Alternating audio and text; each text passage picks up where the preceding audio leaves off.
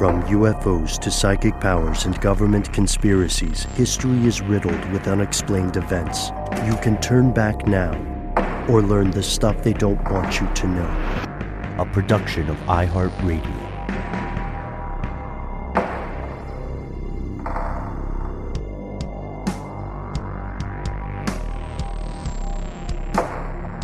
Hello, welcome back to the show. My name is Matt. My name is Noel. They call me Ben. We're joined, as always, with our super producer, Dylan, the Tennessee pal Fagan. Most importantly, you are you. You are here. That makes this the stuff they don't want you to know. Friends, neighbors, fellow conspiracy realists, it is no secret that modern society is, diplomatically put, complicated. You know, it wasn't too long ago that it seemed almost everyone was getting quote-unquote canceled for all manner of things. Concerns, competing interests, moving at a rapid pace, what can or cannot be said, what can or cannot be asked, and, of course, what's up with all those lizard people? Well, yeah. We're also in a time where conspiracy theories are far more mainstream than they have ever been. Mm-hmm. And you put those things together, and you got a wacky reality we're all hanging out in right now. Right. It's tough, yeah. When the White House press briefing room is full of quote-unquote influencers who are often peddling the very conspiracy theories that we talk about on this show. It really does sort of put a very bizarre and Orwellian twist on quote-unquote the news. Bizarre, Orwellian. Also, we still have not received a response from the White House in our audition to join their press room briefing, but hope springs eternal, and we have something very special for you today, fellow listeners. We are diving deep into these questions and more with none other than the award-winning creator, the actor, the writer, director, producer, I'll say it, the philosopher, and creator. Multi-hyphenate? Wasn't that what that is? Yeah. Creator of the hit podcast Cancellation Island. Please join us in welcoming none other than the legendary John Cameron Mitchell. John, thank you for joining us today. Well, thank you. I don't know if I can measure up to that. You must. You must. I will. The pressure is on. And go on.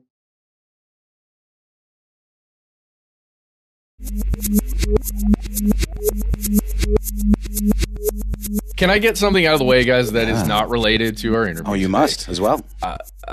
John Cameron Mitchell, I just have to say, one of my favorite characters on screen in a long time is Gabe Parrish. I freaking love Shrill and Gabe Parrish. Agreed. Thank you for making that happen. You're welcome. That's what happens when an old punk rocker curdles into a book magazine editor. It's beautiful. Right. I didn't know you directed several episodes of that show. So I kudos. didn't. You didn't. IMDb is just wrong. That's just a conspiracy theory. Oh, there we go. Yeah.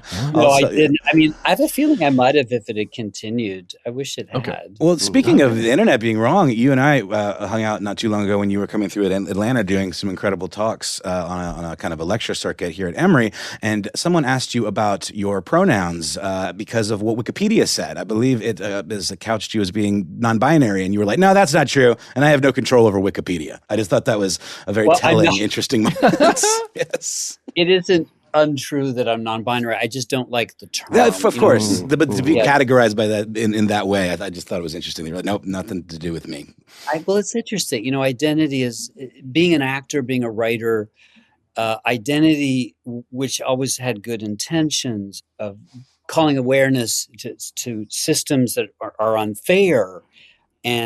But identity, you know, we Americans love to monetize things. We love to commercialize things. And identity just felt like another kind of group to sell to, you know, in a way, like a barcode. You know, we're almost selling our own identity to ourselves and all the accessories that go with it, you know, like philosophy and fashion and other things. And to me, it's the opposite of what an artist should be doing, which is just, you know, trying on different identities.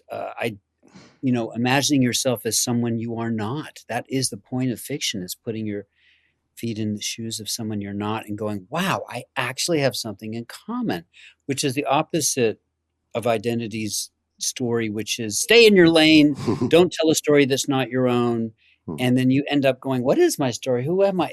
What are these artificial categories that we're being rammed into? Well, I think it's I interesting. think we got it. I think that's the show. For sure. Well, it's also interesting to see that that's almost an issue that you see on both sides of the aisle, whether it be politically speaking, left or right. You have people on the left maybe guilty of what you're describing, and then folks on the right, this mega push towards identity politics and just ideology overall. But they somehow have a lot in common. Yeah, and deep censorship. The farther you go to the so-called right or left, you end up in the middle. And I had a line in my first podcast series, which was a musical called Anthem Homunculus, which is out there now. Is someone says, both the arch conservative and the arch liberal both got shit on by their dad. The only difference was the conservative thought they deserved it. I like that. That's I like that. To unpack. Wow. There's an Ouroboros at play for sure. Yes. Yeah. And with this, John, hopefully we're conveying that we are all tremendous fans of your work. And we wanted to maybe open up our conversation now, speaking a little bit about your podcast, your newest podcast, Cancellation Island. You and your co-writer, Michael, you leverage humor, empathy, and philosophy to take just a genuine, non-lectury, non-condescending approach to some pretty serious concerns that you've alluded to just a few moments ago. Could you describe Cancellation Island for our audience and maybe give us a bit of a detail about what inspired you to create this show? So I had a lot of friends who had been canceled 10 or so years ago when this was coming up as a worldwide issue of impurity being the possibility of shutdown, shutting down career, lives, livelihood, ways of making money, social presence. And it affected a lot of my friends in a negative way. Of course, it was coming from good intentions, trying to call account to people who hadn't been, the legal system failing in some ways. But then in other ways, it was not able to see the full spectrum of a person. Seeing their face while they're saying it informs the words. It's sometimes softens and mitigates the words. And when we see just the words on a tweet, it's like the CBD to the full spectrum cannabis. It's just a part of it, and you can't react fully, or you overreact because you're not seeing the whole image of a person in front of you. Digital culture has amplified paranoia, misunderstanding, conspiracy theories for sure, and there would be no Trump without digital culture. There would be no polarization. We would no longer be in the state of mind that I describe in Cancellation as when all news is fake, all stories are true. Wow. Yes. When facts are in fact suspect and degraded by the powers that be, of course, Trump is saying, if there are no facts, science doesn't really mean anything. It's just what he wants things to believe. Those are the facts. But in that situation where facts are suspect, in effect, all news is fake and all stories are true. And that can mean conspiracy theories, but it can also mean beautifully nuanced fiction in which we can find ourselves in other people's shoes, in characters' shoes, and suddenly identifying with their emotions, people we hadn't seemed to have nothing in common with. So it's an opportunity. It's a strange situation when facts are disrespected, but maybe the only tool we have left are stories. That's brilliant. Brilliantly put, John. We also, we see the weaponization, right, of the concept of fake news, this cavalcade of always on culture, everybody being required to have a statement. Yep, sometimes to their detriment, right? Would you do us the favor of defining the concept of cancellation and therefore cancel culture as it's understood in the modern West today? Well, it's a funny term that just seemed to kind of come up maybe 10 or 12 years ago, as Me Too was coming up, as understandings about racism and police brutality. Obviously, I come from AIDS activism and queer rights, where cancellation wasn't really our goal because it was more like survival. We would make fun of corporations trying to make money on our backs, and on our deaths, but we didn't try to get rid of anybody. We wouldn't have minded getting rid of Bush and Reagan, who kind of left us to die. But it was more about who can we work with, right? During AIDS activism, we worked every angle. We negotiated with big pharma, saying, even if you don't care about us, you could make billions if you save our lives. As well as there was a 2-track thing going on. We were also in the streets making fun of homophobes and hateful capitalists. Like people put a giant condom on the house of anti-gay Senator Jesse Helms, and it was don't mess with the gays because they will. They know how to take you down with flair and with nuance. Right. Yeah. Well, I think nuance there is the key, because it seems to me that the kind of black and white sort of, division that's created by cancellation isn't particularly helpful or useful towards a larger discourse or towards the idea of individuals being able to have redemption arcs, or even, I don't know, it makes everybody scared to speak their mind for fear they may be, have that target focused on them. Right. And it comes from, again, good intentions. We're going to take out the bad guy. But we as outsiders, as oddballs, understand that there is nuance in the world. We understand that when people judge you from how you look, or say you have to hide a secret about yourself, like your sexuality or inner gender, then you understand there's a surface and then there's a deeper, nuanced truth underneath it. When everything goes your way, when you're part of the ruling class, you get very literal, right? Things are what they look like. And when shit hits the fan, as it does in life, who has the skills to deal with complexity but the outsiders? They're the ones who know. Being an outsider can kill you if you don't feel like you belong, but it can also make you an innovator and a hero and a freedom fighter. So cancellation almost goes against what we know as complexity, as nuance, as the possibility of change, of redemption. Like you're saying, I grew up very Catholic, so I still believe that people maybe, I'm misinformed, but I see people changing. I see people wanting to expiate their sins and move on. And I want to help that. So cancellation is like black or white. You're in, you're out.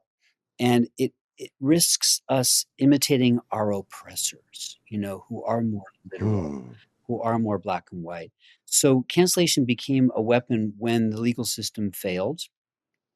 And it was an imperfect one. It was a blunt instrument, and it would beat down people who were just slightly off, message, and it couldn't handle nuance and complexity. And certainly the internet has problems with that. Hedvig, in fact, got canceled during COVID at the height of, let's say, political correctness in the Western world, or let's say the industrial world. And it happened because there was a big production happening with a queer actor who was a big star, and some young people who identified as non-binary trans said, well, it's a trans role, only trans people can play it. And it destroyed the production.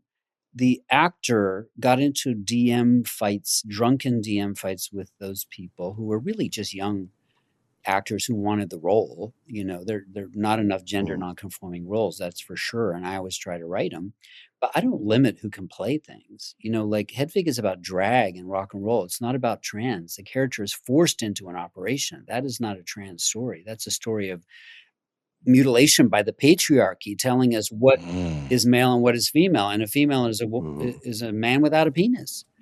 It's bullshit. And all my trans friends understand that.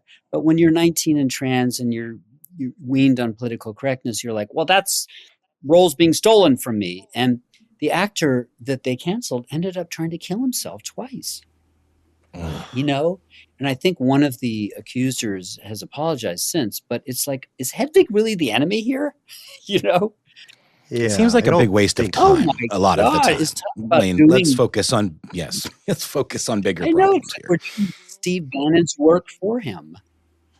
Yeah, we're that's a great point. We're also looking at a situation where, you know, on this show, John, we often say that life is one non-consensual game of long-form improv. And everybody has to understand there are more commonalities, right? And differences are beautiful. They should be celebrated, not weaponized, not leveraged to other. This is something, a thread, we could argue, that runs through Cancellation Island, because there is, without spoiling too much, there is a fantastic dollop of the conspiratorial thought to which you earlier allude. We're going to pause for a word from our sponsor, and then we'll be back with more from John.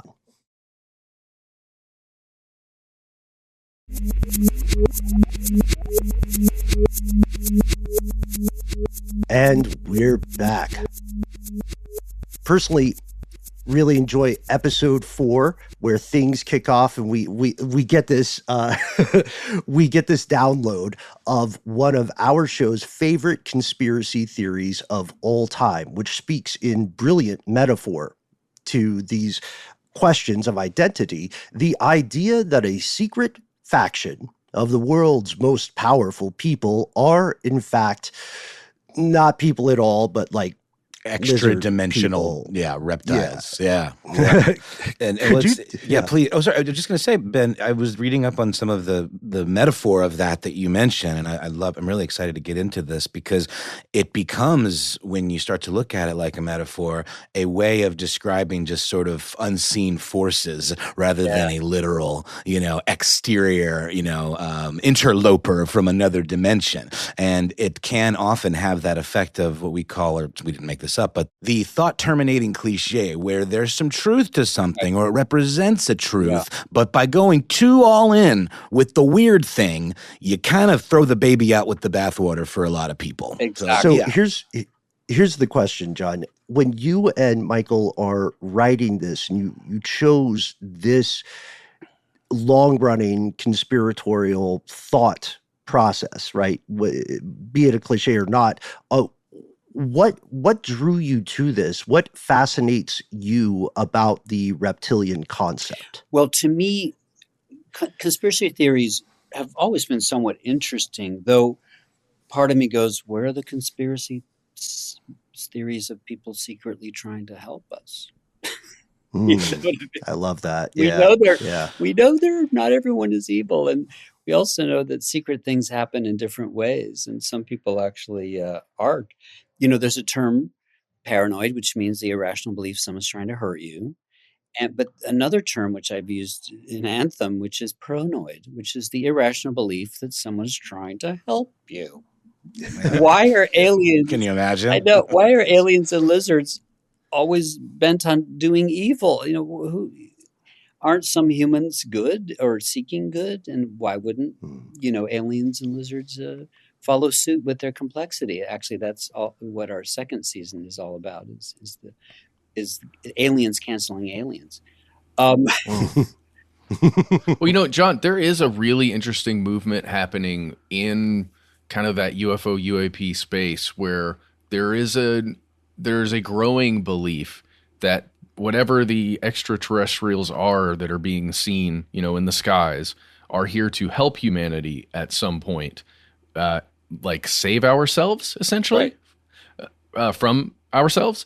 So there is some thread of that kind of rolling through right now, but it's certainly not as prominent as, because the as we stuff. know, conspiracy theories, like conceptions of God, exist to explain things we don't like, about our lives, like death. That's why God was invented, to explain death. Conspiracy, and when God becomes less popular and religion becomes less popular, conspiracy theories and other belief systems come to the fore.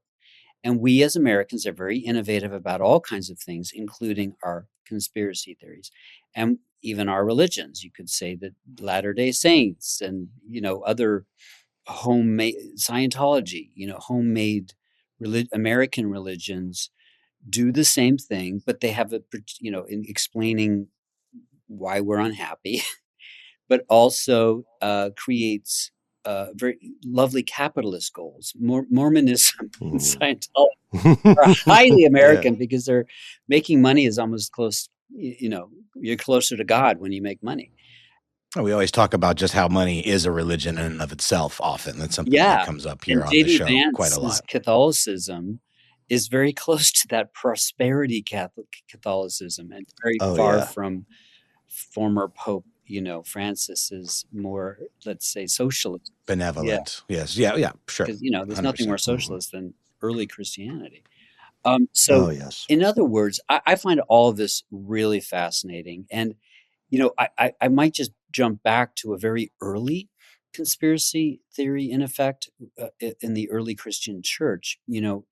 In Hedwig and the Angry Inch, my musical, there's a character named Tommy Gnosis, Gnosis. The Gnostic Gospels, That's right. And he is inspired by the Gnostic Christian Gospels, which were Christian texts that were considered heretical and not allowed to be in the Bible, that had a really interesting non-authoritarian view of Christianity and less sexist and more Buddhist in a way. It's like we can all be God, just what it's saying. And even Aleister Crowley and his spirituality sprang from Gnosticism. I live in a house that used to be a chapter of Aleister Crowley's church. Oh, wow. In New Orleans. What? The OTO. What? Of the Oriental Templars, which was an ancient Freemason group that Aleister took over and remade in his image, and used Thelema, his philosophy, which the golden rule was "do what thou wilt." Which was then co-opted by Satanism, or the Church of Satan. That's right. And that got weaponized by outsiders, right? Creating a moral panic rather than a curiosity toward how people were, toward the motive of why someone would seek to understand the universe through this specific lens. And that's something, that's something that we return to time and time again on the show. You can, and you return to it, I would argue, time and time again in your work. It is devilishly convenient to lack nuance, right? To make that black and white binary decision.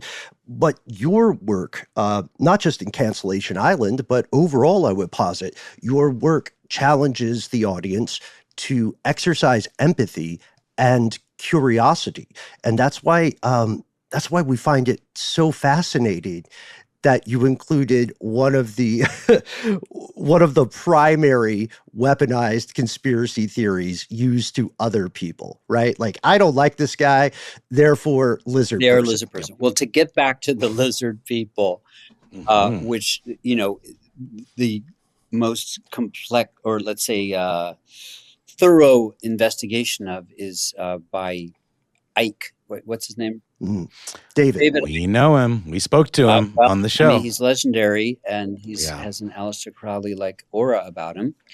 But he posits this there's been versions of this kind of conspiracy theory throughout the ages, which is hidden people among us, right? Hiding their true identities in positions of power. The most popular one, of course, being the anti-Semitic version of that, right? Right. The diaspora of people who don't at that time have their own land, filtering through the world and taking over, right? That's a big conspiracy thing. It's like they are trying to take over. Take our land, take our jobs, take our women, whatever it might be, convert our youth. Exactly. Yes. And that's, people have had pushed that to trans people in the recent years, probably the least powerful group we could possibly think of.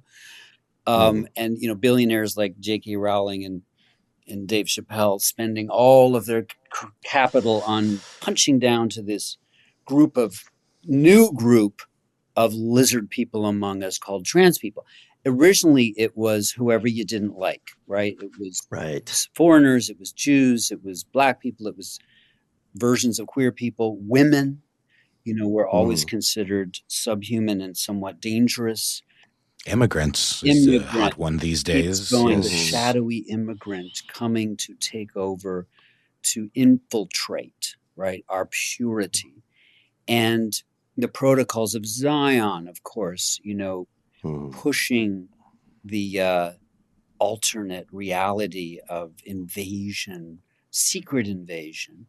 And to me, the lizard people one is such a perfect, it seems to also come a little bit from Scientology, right? The sort of, the perfect, undetectable conspiracy theory because, when I was a kid, Donald Sutherland in what was that movie where Body Snatchers was the perfect, early version of that, right? And 60s and 70s was really the heyday of conspiracy theory. In our panic about authority, it tended to come a little bit more from the left at that time, right? Because Nixon was ascendant in the Vietnam War. And now it's, from all sides politically, conspiracy theories meet in the middle, like pastel QAnon, the wellness meeting the anti-vaxxers, meeting the, Robert F. Kennedy Jr., who actually came to Hedvig, weirdly, and came backstage. Isn't that strange? That is what? Did he bring Cheryl? Was he cool? It was back in, the late 90s. No, he was blank-faced and lizard-like. All right. I didn't know. He's like, what are you doing here? He didn't crack a smile. Didn't seem to like it. Maybe he was probably dating some model back then. It's like, let's go. Come on, let's go. Was that in his drugs period, perhaps? No, it's like 98. Okay, maybe he was a little past that. I also love how this model is Australian. I know. That for some reason, I just become Australian when I'm... John, can I derail for a second and just point out that you were the voice of the Dunkaroos kangaroo? I am. In the How 90s. do you do your Dunkaroos? I cannot believe that is true. It is true. True. It was in your acting, your just gig days. I mean, like, not that, you're always an actor, always gigging, but incredible. Just I had to bring that up, and I'm mad that they've changed the design. They're just little decoys now. It's the it was the animated Kangaroos Among Us. Amazing. A lizard could never. No, could never. Well, So this particular, in Cancellation Island, just to set it up a bit more, we have a Holly Hunter founds a kind of pilot project called Renewal, and it's about taking a curated group of canceled people, bringing them to a desert island, which only has a decommissioned CIA black site on it, which they have remodeled with the help of Michael Kors into a lovely resort. And they've curated a group of Gen Z therapists because what they lack in life experience, they make up for in certainty. And they are going to treat these curated group of canceled people that goes from a slightly Weinstein-y character to someone who just a slip of a tongue and really does not belong in limbo, in the doghouse. And quickly, after a couple episodes, all of our satire about cancel culture is stripped away when mortality, appears, which means, oh my God, there's a giant life-threatening hurricane Swift. What do they call it? Hurricane Taylor, because it is swift. They rename it Hurricane Beyonce in the spirit of impending diversity. Then someone else says, Beyonce doesn't really write her own songs. This is for real. Let's call it Hurricane Solange. They keep changing the name of it. But in that madness, people start disappearing from the rehab. And we start to realize there is someone still there from the CIA black site living in the bunker beneath. And that is a rogue, conspiracy-addled CIA linguist, who sees himself as a bit of a, born identity figure now, who is the John the Baptist to K of Kanon, which we've invented as our version of the secret lizard people conspiracy among us. And K, like Q, is an unidentified figure who seems to have knowledge and power, but is incognito. And Casper, all the characters' names begin with K, which makes him suspicious. Casper with a K is the ghost-like rogue CIA agent living beneath, monitoring this absurd rehab above and starting to kidnap members of the rehab because he thinks they might be K, and they, he needs to reconnect their brains so they become, because it's a very complex, as all conspiracy theories are, situation. And in our case, though, the lizards seem to become real. And so then a woman is impregnated by one of the lizards and gives birth, and then they arrive, and they're really nice. Oh, yeah. I like that. You guys are also upset and canceling and this and that. It's like, how can we help? Right. We come in peace. Exactly. As opposed to pieces. And we're going to take a quick break here. Hear a word from our sponsor. We'll be right back.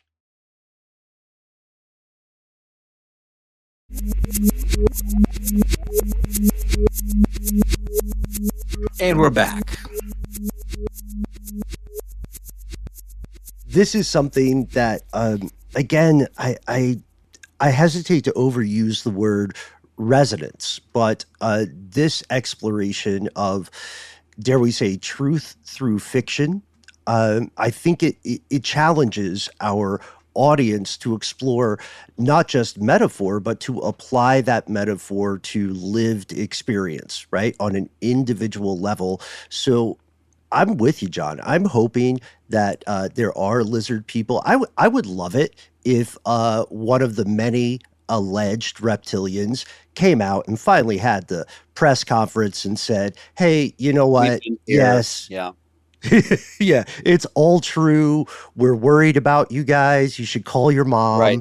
You know what I mean? Some of our brethren, really don't want you around anymore. We can't be responsible for all of them. We're as complex as you. Donald Trump, one of our brethren, has different plans. We're sorry about that. Right. This guy, they come out. That would be very, We're very so funny. sorry. Jeez. That's how it happens. There's a public apology and they're like, look, hashtag not all lizards. Right. Yeah. Guys, I want to go down the lizard path more, but I have to sidebar on something that came up a little while ago just because I cannot stop thinking about it. John, can you please tell us more about your house? Like, has anything weird happened in there? Any strange spots in the house that have different energy? Well, my house is 180 years old in the middle of the Bywater part of New Orleans. And we bought it, as I said, from a chapter of the OTO, the Ordo Templar Orientis, which Aleister Crowley did run for many years worldwide. He didn't live in this house, but he spent time in New Orleans, and it was his favorite town in the U.S., and as it's mine. And I came upon it at the time when everyone was buying, and it was the one house that was not selling. And I was like, what's wrong? Is it cursed? What's going on? And I walked in, and there's this 50-foot ballroom with a stage. The walls were decorated with kind of, planet signs, and there was elements of the Jupiter square, which has to do with Jupiter's Xenios aspect, which has to do with hospitality, where you see a square of numbers, numerology. Every line adds up to 34 or something, and it had to do with hospitality. And so there's all this imagery here, and a cool, Moroccan arch in my kitchen. And I made friends with the original owner, and she sent me some photographs. It was a funeral home for 50 years. Whoa. And the Grand Arch Druidess of Louisiana, Wilhelmina Warden, ran it. Of course. Big Love fan. it. Love some alliteration. Totally. And I kept finding out more. Then it was 5 different churches after that, a Catholic meeting hall. There was a baptismal font in our floor. There was a pentagram up in our roof, in our attic. Oh, thank God they didn't overhaul it. I mean, that's incredible. And it was that in you have great all that. shape, and we poured a lot of money into it at the time. And now I can't afford it, but it's well, this, John, if I may, this reminds me of what I call a sleeper line. Like the language here in Cancellation Island is, we're inherently humorous. We're not. Right. Again, talking down to people. Nobody ever really established rapport via condescension, right? And so one of the sleeper lines that I clung to and listened back in often is the line, "You can see the spirits in everything." And this sort of reminds me of Matt's question earlier regarding the OTO house in which you now reside. And it also it reminds me of, what's that thing in Japanese folklore where if an inanimate object or a place is well cared for a century plus, it acquires its own sort of animism. I'm sorry, this is. But wait. Have you experienced anything in the house, John? Well, I haven't. It's interesting because I came in. It felt good. It felt like a personality. It wasn't like an abode. It felt like a presence that was neutral and interested and curious. And a Hurricane Ida hit right after, and there was a lot of trouble with, trying to get the house together. We had a house sitter who probably was on meth, and that energy was in the house. And after we extracted him, I had to bribe him to get out, and he stole. So, wow! Yeah, I didn't prosecute because usually those type of people, their life is their actual sentence. And I think he was arrested later. But what I brought in a voodoo priestess because yes, and in New Orleans you work with what's here, and there's a lot of cultures, and you're like whatever works, right? And the voodoo person said, I need the house for 90 minutes. I need a pail of water and a single egg. Whoa! Okay. And this is before eggs were financial flex. Yes. And it was actually my friend's chicken egg. Actually, this is so New Orleans. She's our witchy real estate agent who sold me the house. She has her own chickens. This is how it works. Beautiful. And so Sally, the priestess, came in. We don't know what happened to the egg. I'm sure no one ate it. But she said, the house feels very good. You don't clear the house of spirits. You work with them, right? And I love that. And you feel it. And she said, the only negative energy I had was in this one room, which turned out to be the meth head's room. Wow. Interestingly, right? And there's a weird crawl space above that, which was, it was actually, there was a lot of lighting instruments up there for the ballroom, which was interesting. But I was a little scared, but she really cleared it. It felt good. People who come in here, so I haven't had any negative.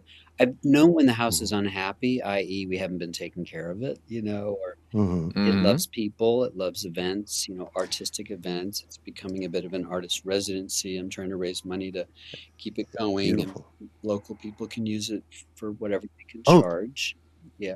John, if I could interject there, and Matt, sorry if I stepped on you when I was setting up the question I wanted to get to.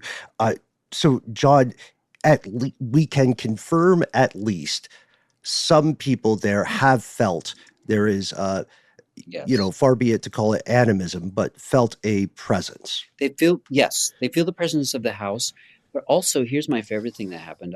New Orleans is a place you talk to strangers, you talk to people on the street, you invite them over spontaneously. It's like, that's why I'm here. But I invited this guitarist over and his pregnant wife, and we sat in our ballroom, and she's very calm, And she said, "Was this a mortuary?" Ooh. And it hasn't been a mortuary since 1930. And I just had found out like the week before that it had been a mortuary. And I said, "Well, yes. How did you know?" And she said, "I grew up in a mortuary and this feels about right." I'm like, Whoa. okay. Mm, My other friend No. said, "People died in your house?" I was like, "Nobody dies in a mortuary." Or at Disney World. That's Right. true. That's our log That's line. true. they just hang out here for Right, a so- while. Yeah. Y'all, can I just say it's super creepy that I was just looking something up on the internet and I got served an ad for orgone energy pyramids. I think Love it. that Love it. the computer is listening. I'm No, just buy saying. one. I think No, I dude, will. It's buy only one. 55. All right, for we'll this call one. accounting. Yeah, just do it. 64, maybe. Okay, there's a company, Orgone Pyramids Incorporated. Don't you have to create orgone energy? Unclear. Well, Hey. Don't ask questions. Don't ask William questions. Burroughs, who we all know had an occult side, Mhm. loved the orgone box. For sure. Yeah, yeah. Was always a scary but fascinating queer familiar for me. And I lived in Right. his house in Kansas as a kid, but I never. Part of your story there in Anthem. Yes, so Anthem. My composer Brian Weller and I actually drove around Kansas where it took place and where I lived, and I knocked on William Burroughs' door thinking, what the hell, in Lawrence, Kansas, where he used to live. And the caretaker came out and said, "What?" as if they'd experienced this before. And I said, "I'm writing a musical that might actually take place on this porch." I saw the character as living in William Burroughs' old house. And he's like, "All right, I haven't heard that one. Come on in." Usually some Japanese hipster, And Yeah. this tiny house with a huge garden, bullet holes in the ceiling that Bill had shot. And we ended up writing our first draft at Burroughs' house So Oh, cool. for Whoa. Anthem Homunculus, which has a character based on Bill, played by Ben Foster, who played him in the film Kill Your Darlings. And so Burroughs, heroin-inspired occultism, which was mixed with science, in his particular inimitable way, and, perhaps junk science of the orgone box. But again, whatever works, right? Right. It inspired us as well. And if you think about it, we're all sort of in William Burroughs' absurd world now. I mean, Trump is a Burroughs-type character. Oh, for sure. Yeah. Ooh, can we talk about the lavender scare? Like way back in the day when the the executive branch decided, oh, we have to be afraid, just like with the quote Red Scare, we have to be afraid of anyone who is quote. You're talking about now, aren't you? I'm talking about now. It feels like we're time traveling Yeah. a bit, or just re-experiencing something. History is always closer than it looks in the rearview mirror. Oh, right? yes. And as we know, back then, gay people, and now translated more to trans people, are the lizard people among us for the MAGA type rights. Everyone needs a scapegoat, and they're very convenient because in their view, trans people are alien and unnatural and subverting, God's will or whatever God they feel I don't know what kind of God that is, but The convenient God for the time. exactly, which we all do. As the subject of my new play, Claude Cahoon, said, she was an anti-Nazi artist, we get the God we deserve. Oh, Well, wow. with that in mind, do you mind if we backtrack a little bit? You brought up, and I'm sorry, I had to step away for just a second, so hopefully I didn't miss this. But you were talking about the Gnostic Gospels and these kind of parts of the Bible that are inconvenient, perhaps, that were not included for folks that maybe have weaponized that religion, that particular religion, and many others, of course, but inconvenient for them. There's another aspect of that in the Book of Enoch, and that is also a great kind of analog, I suppose, for this idea of lizard people and potentially even where they came from. The idea, and I know, Ben, this is a big wheelhouse for you, the Nephilim and the idea that these angels bred with humans and created, this other race of, human angel hybrids that can be seen as a stand-in for this idea of lizard people. But there's also some very interesting kind of queer culture wrapped up in that. The idea that Sodom and Gomorrah was actually home to some of these, angel human hybrids. And that a lot of that is maybe potentially where some of the anti-queer rhetoric comes from. Because the Bible doesn't actually refer to, specifically by name, the act of being gay. I think it's the idea of seeking something about unusual flesh, or there's a term that I may be misconstruing, but there's this sense that, or there's this theory that perhaps that is referencing these Nephilim, but it's not actually contained within the Bible because that book was cut out. So I don't know, maybe a bit broad, and I'm bringing up maybe multiple points, but maybe something we could touch on real quick. Well, one of the things about the Gnostics, having grown up extremely Catholic, beyond, and as a kid taught by Benedictine monks in Scotland, and at that time a little queer boy, I actually considering monkhood. My mom later was like, "You're gay. That's the priesthood. That's the place for you." And I'm like, "Oh God, Mom, there's problems with that." She's like, "That's just anti-Catholic propaganda. There was no abuse." I'm like, "Okay." I dodged it by the skin of my teeth in the schools. But what I did love about it is, of course, the queerness of it, not the gayness, but the weird iconography, the cosmology, the Lord of the Ringsness of it, yes, the Jesus on the cross, which is so gay. And then Mary, who's, almost as important as Jesus in many cultures, the only way into Christianity for women for centuries. The religious syncretism of it taking all. gods and making them into saints and making them into Mary. It's a very smart thing to do when you're trying to missionize. And don't forget the costumes. For sure. But also this back to the Nephilim thing, Ben, maybe you could speak on this, the giants aspect of it, where I believe their offspring were giants. Yes. And this was this notion that giants were kind of gods among men, gods on earth. And that's also inconvenient for the Bible proper. That's right. It's like, how do you fit that as well as slavery? Forget that one. But, what the Gnostics talked about was the creator God as the villain, Yeah, the imperfect God of the lesser universe. Yes, that's right. And the mother of that God was named Sophia. And Sophia was, in effect, a non-binary entity, like the Nephilim, like the angels, right? There was really gender there. It was sort of all genders in a way.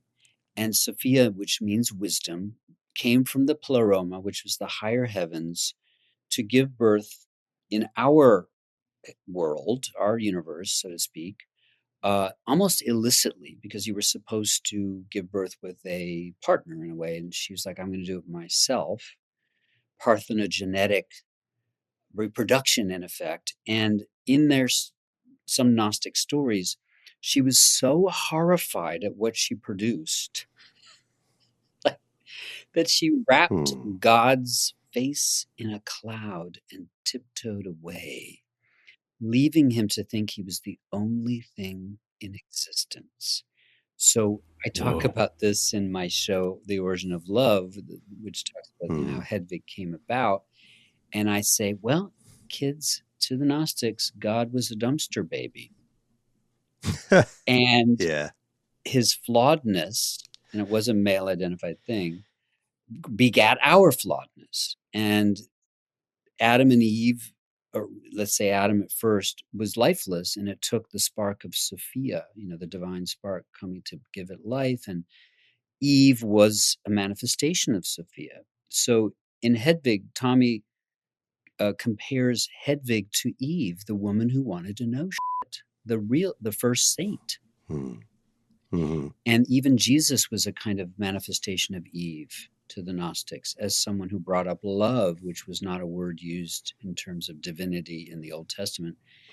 And so this was fascinating to me because even as a kid, I'm like, what is the problem with eating the apple from the tree of knowledge? She just is a scientist. She wants to know things. The guy was incurious in his man cave watching football while he was trying to make things happen.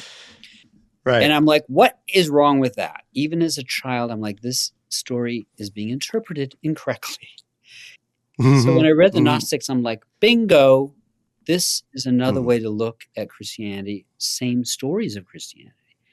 And it talked about the inner spark within all of us, the Sophia within all of us, which is where you get that idea of we have our own divinity, which was very threatening to an authoritarian church. Oh, no kidding. Yeah.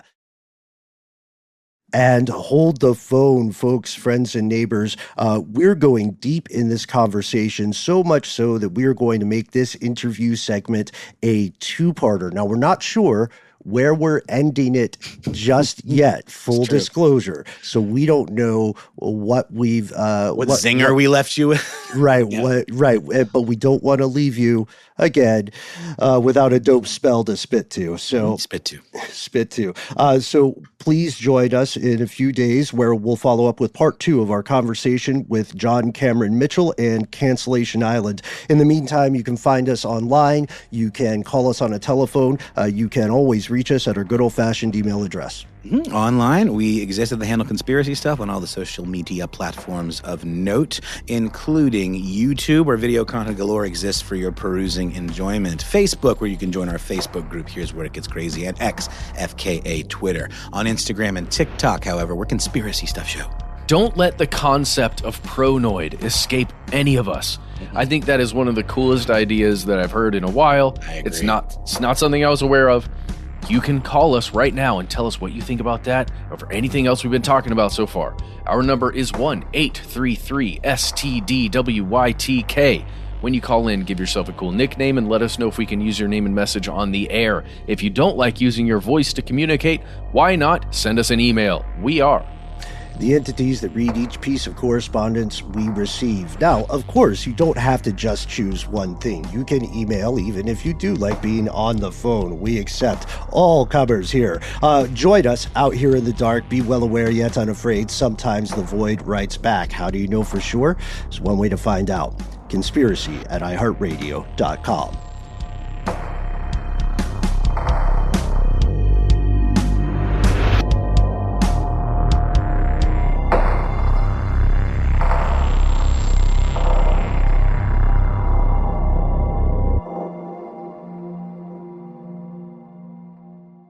Stuff They Don't Want You to Know is a production of iHeartRadio. For more podcasts from iHeartRadio, visit the iHeartRadio app, Apple Podcasts, or wherever you listen to your favorite shows.